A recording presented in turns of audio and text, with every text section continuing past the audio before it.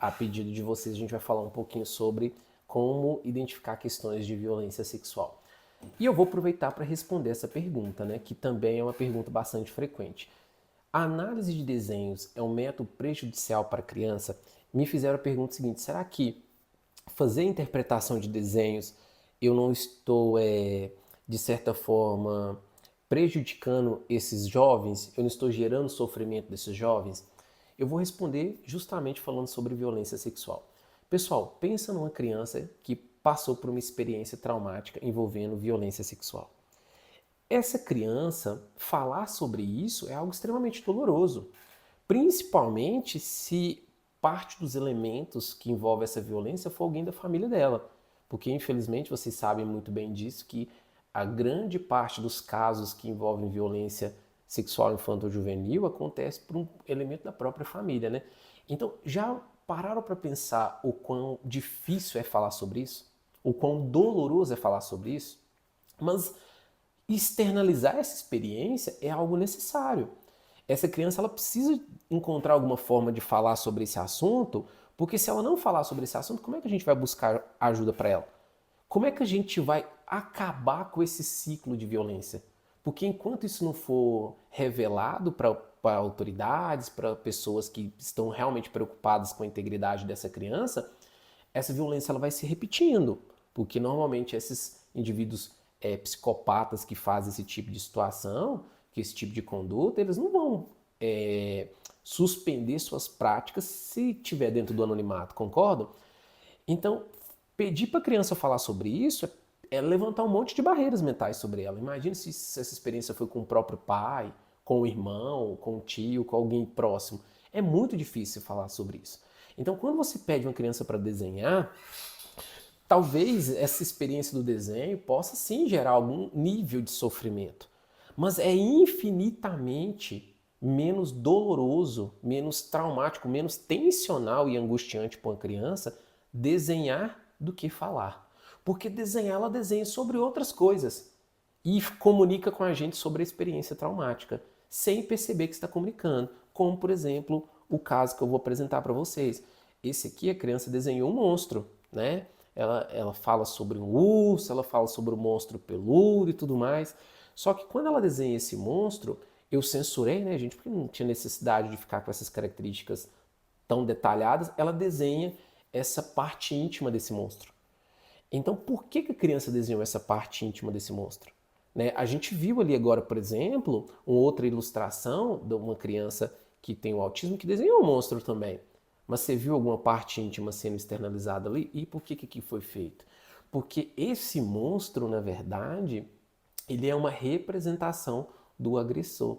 E a criança ela descreve de uma forma muito clara para a gente. É um monstro que tem garras, que tem uma expressão assustadora, mas que ri de forma aterrorizante para essa criança, né? Que tem pelos, né? Que é alta, que é forte. Então, quando você vai discutindo e dialogando com essa criança, ela vai externalizando que monstro é esse. Aí ela te conta, ah, é o papai urso. Mas será que esse pai urso? Mas como assim pai urso? Você vai entendendo que essa criança ela não está falando de um urso, que ela não está falando de um monstro, que ela não está falando de uma ficção, ela está falando da própria vida. E ali ela representa de forma muito clara o que está acontecendo na dinâmica familiar dela. Tem vários desenhos, pessoal, que a gente consegue identificar isso, né? Mas não quero alarmar vocês, mas o desenho, quando ele envolve violência, principalmente quando é crianças menores, ele é muito mais expressivo do que isso aqui.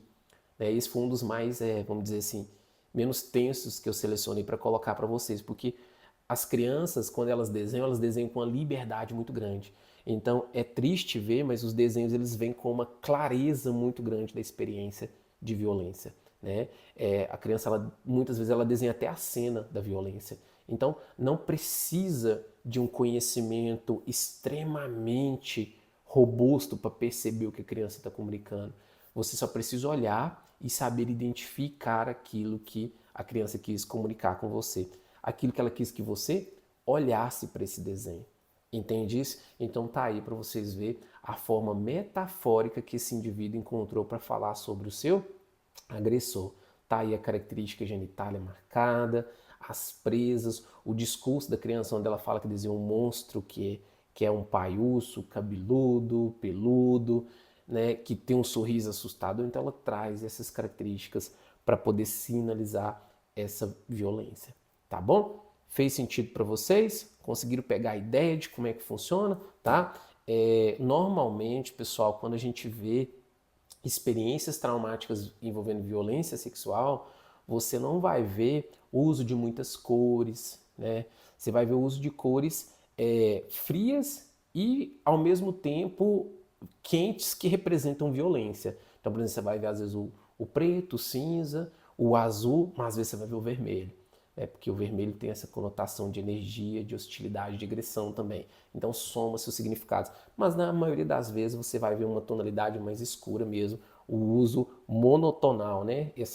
Apenas uma cor e apenas um tom, ou seja, só o preto e não é sempre o mesmo tom. Mas você vai ver sempre esse traço muito bem delimitado e o detalhe que representa a agressão evidenciado. Reparem, né, que o detalhe, né, eu borrei aqui para vocês não terem, né, esse dissabor de ficar olhando isso aqui, mas o detalhe chamou muita atenção. Olha para você ver o tamanho da figura e olha o tamanho do detalhe que ela colocou na figura. E é um detalhe que não precisaria estar na cena.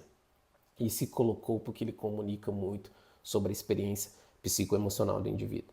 Então, nos realça os olhos, a gente percebe, a gente se alarma, mas a gente consegue comunicar com esse indivíduo. Então, respondendo a pergunta para vocês, pessoal, se a interpretação de desenho é um método prejudicial para crianças, é óbvio que não. Pelo contrário, é o método menos danoso para a saúde mental das crianças. É óbvio, pessoal, que sempre que a gente vai falar sobre um trauma, envolve um certo sofrimento para o indivíduo, porque o processo de cura, ele é como se fosse uma ferida, né? Às vezes você tem que ir lá e tirar aquela casca, mas depois que você tira aquela casca, o machucado, ele cicatriza. Mas na hora que você mexe na ferida, dói. Na hora que você mexe na ferida, incomoda. Mas eu tenho certeza que tem um jeito menos doloroso de mexer com essa ferida. Tem uma pomada, e é isso que o desenho ele faz. É uma forma de lidar com os traumas, lidar com o sofrimento, mas de um método indireto que gere menos sofrimento.